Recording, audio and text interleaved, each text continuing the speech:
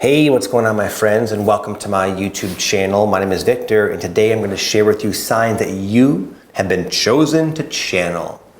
That the universe has deemed you an amazing, worthy candidate of bringing through inspired ideas to create something that will help the world in some way. Channeling is a very misunderstood idea. Most people think of channeling as foregoing control of your mind and allowing some extraterrestrial presence to speak out of your mouth. That is one form of channeling, but in my opinion, the way I see channeling is Michael Jordan playing basketball, Michael Jackson singing and performing on stage.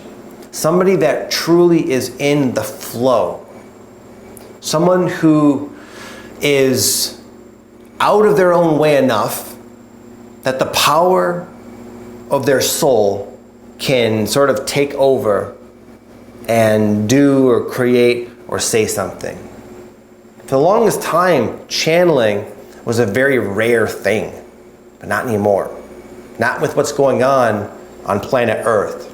So many people are going through a spiritual awakening right now and uncovering some of these gifts, some of these aspects, these other aspects of their consciousness, and these ideas, these seeds of something new and awesome for humanity trying to come through a lot of people right now.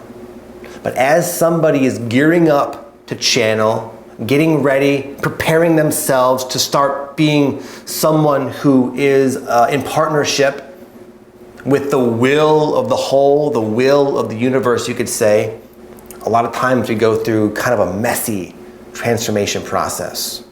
And this video is going to share about the different signs that you are gearing up to channel right now, that you had this ability to tap into something beyond your mind, beyond your current life, and pull it into your awareness and bring it out into the world. Number one, your life is shifting. Right now, your external life circumstance is shifting a lot.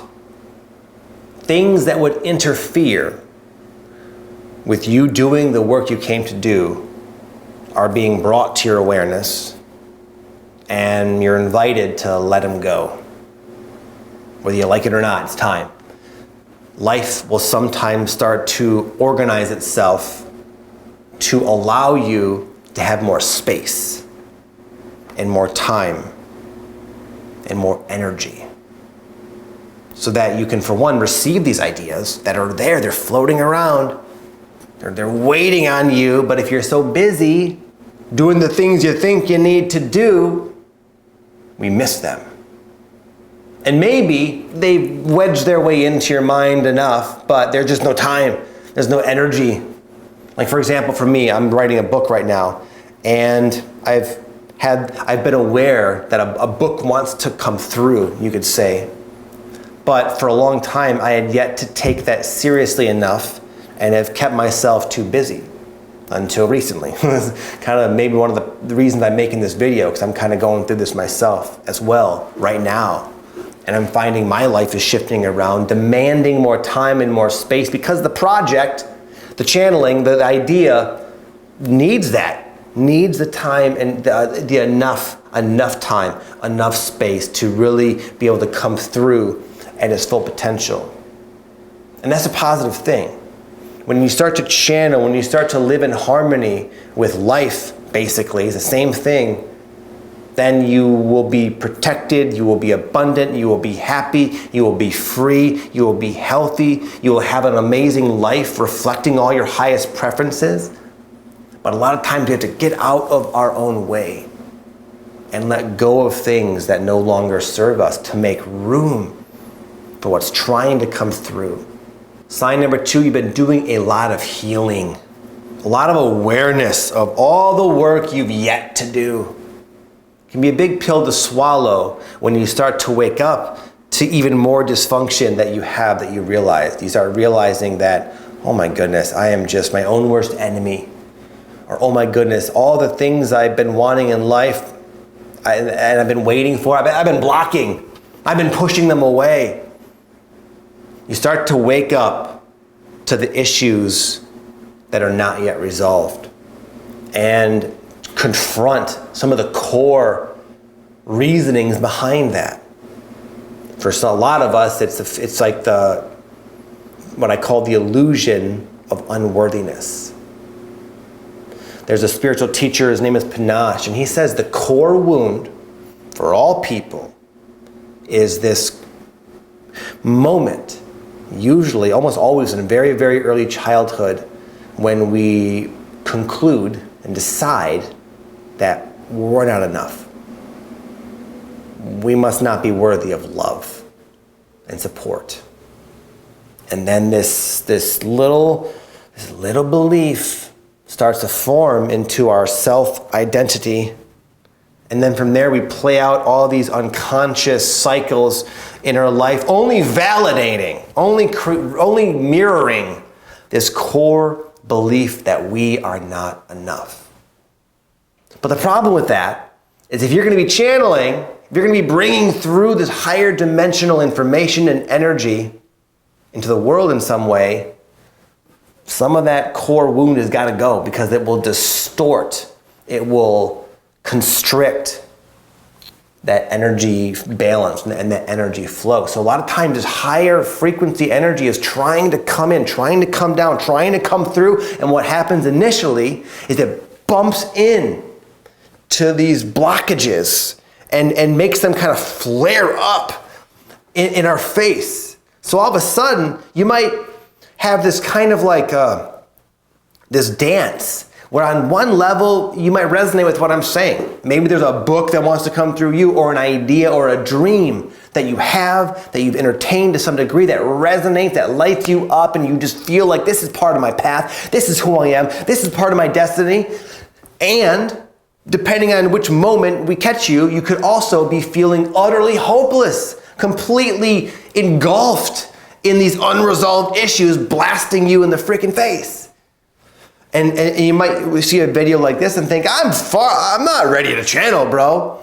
I'm not ready to do anything. I'm creating all this stress in my life unconsciously and I can't stop it. But this is good. This is how we heal. This is how we learn. We have to sometimes play out these unconscious dynamics with awareness, where you realize you're driving yourself bananas, where you realize you're sabotaging yourself, where you realize that these negative beliefs, this illusion of unworthiness is not helping you live the life you want to live. But it's a process. It's not like you don't just pluck it out like a seed and then the root of unworthiness is just gone. It comes on in layers and layers and layers. But it can come on extra strong. Maybe you've been going through this awakening path for a long time and wondering, why are you struggling so much? It's been a while. You think you would have been further along. Well, it's that channeling energy, that higher frequency energy bumping into deeper layers of those wounds. And it's a twofold blessing. Number one, if this is happening to you, it's going to push through. You're going to give birth to this thing, like it or not. You can't even stop it. And you have the ability, the blessing to deal with so much of this stuff that has been not only tripping up your channeling future, but wreaking havoc in your life completely. And you get to finally deal with it, finally heal it, finally resolve it, finally release it, finally liberate yourself from it so you can fly as the person you truly are, absent of all the baggage. Sign number 3, inspired ideas paired with intense doubt. And again, it depends. The other day I was taking a bath. I've been taking a lot of baths lately to kind of relax. And I find that when I relax and take these like Epsom salt baths, then that's when I think I relax enough to these awesome ideas start to come through, these bursts, these like powerful bursts of inspiration that light me up with enthusiasm and passion and gusto. And I'm thinking, this is awesome. I'm going to do this. I can do this. This is who I am. And in those moments, I know it. I recognize that this energy, this idea it harmonizes with Victor in his truest sense, and there's nothing that can stop me. And then I dry off, I get out of the bath, and go about my day, and then all of a sudden the mind gears up and says, oh, wait a minute, have you thought of this? Who do you think you are even considering doing this awesome thing? Look at your past. Look at your track record. For me, with writing a book, I have this conversation of what could you possibly write that hasn't already been written? Or I have the block of you have no formal writing background at all. You don't even know how to write a book. Just quit dreaming, buddy. And that doubt, in the moments of clarity, in the moments when we are connected with the idea, we feel like we can do anything. And in the moments of doubt, which are even stronger expressions, stronger feelings of doubt than usual, in those moments of doubt, we feel like, why bother? We feel hopeless. It's almost depressing because we have some kind of faint memory of that awesome idea, that awesome possibility where we could be going with our life, but those feelings of doubt make it seem like it's impossible. It'll never happen. Why torture yourself with this idea that you can't do? Then we take another bath and it comes back and we bounce back and forth. Sign number 4, usually due to the intense doubt, we refuse the idea. We refuse the invitation to channel through whatever idea is trying to come through. In fact, the author of The Hero with 1,000 Faces, a very famous book about the hero's journey by Joseph Campbell, one of the stages of this hero's journey is the refusal of the call. And in my experience, in my opinion, it's because of the freaking doubt. A lot of times we have these callings, write a book, Victor, okay, oh, that sounds great. And then the doubt comes in and we say, no, I want to, but I can't. I want to, it's just not gonna happen. And we refuse the call. It's too painful to even consider it at this point. And we go about our day and we kind of like, just let that experience, whatever the hell it was, kind of come and go. And we just sort of give up on it temporarily. But then what tends to happen is that the memory of that idea, that dream, it will come back. It'll make itself known. A lot of times in the quiet of the night, when we wake up, we're just laying there in bed, nothing to do but think and be, and all of a sudden, that idea washes back over us. But this time it washes back over us with this feeling of almost like there's an awareness that we have unfinished business, that we did get the call. And even though the doubt can be heavy and formidable, that call was real. And something deep inside of us knows that. And there can be this, I've had it, there can be this feeling where you're like, oh, I should have already been working on this. Almost like we could miss a very important part of our destiny if we continue to ignore the call.